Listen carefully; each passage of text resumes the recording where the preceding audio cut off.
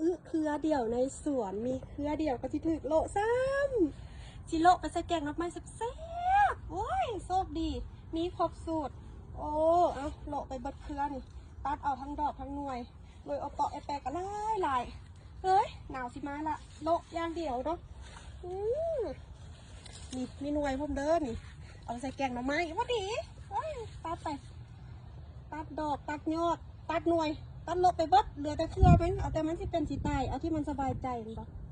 คุณนะดอกมันก็ลายตัดเอาโชคดีมีหมักอยู่เครือเดียวในสวนโลจะเกิดกับสิได้โลมันหนาวมาละแต่โชคดีมือได้ดอกไม้สดมาจากไชน่าทาวน์ตลาดจีนนั้นโอ้ยหวานปากเปรี้ยวปากครบสูตรแบบธรรมชาติบ้านนาเลยอ้าวเรียบร้อยได้หมักกับยอดหมักดอกหมักไปใส่แกงหน่อไม้สูตรธรรมชาติบ้านนานี่โอ้ยเข้ากันพอดีจะเป็นโชคดีพอดีเป๊ะๆอันไหนก็ได้เลิศหลาย